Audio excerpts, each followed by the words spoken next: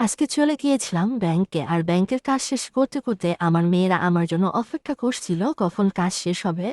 আসলে আজকে আমার ব্যাংকে একটু কাজ ছিল, তো বড় মেয়েটা বলতেছে আম্মু তোমার সাথে আমরাও যাব। তো কি আর করার, বাচ্চারা বাহানা করছে, এখন তো নিয়ে যেতেই হবে।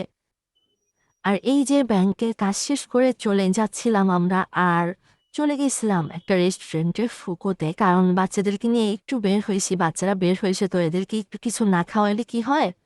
তো ফুকুতে যেয়ে ওখান থেকে ওদের জন্য অর্ডার করলাম, ওয়াংচুকিটাকে অর্ডার করলাম, যেটা ওরা খাবে আর কি। তো আর এই যে আমার দুষ্ট বাচ্চাটা এখানে দুষ্টুমি করতেছে অনেক বেশি। ও আসলে বাইরে গেলে খুব বেশি দুষ্টুমি করে, খুব বেশি না, অনেক বেশি দুষ্টুমি করে, কারণ ওকে ওর পাপা ছাড়া আমরা কখনো বাইরে নিয়েই যাই না, মানে খুব কম নিয়ে যাই, দরকার ছাড়া ওকে আমরা বাইরে একদমই নিয়ে যাই না। কারণ ওকে একমাত্র কন্ট্রোল করতে পারে ওর পাপা, আমরা পারি না। তো এই যে আমাদের খাবার চলে আসছিল, তো একটুখানি ভিডিও করে নিচ্ছিলাম, দেন আমরা খাবো, বাচ্চারা খাবে, আর আমি সেটা বসে বসে উপভোগ করব, সাথে আমিও একটু খেলাম।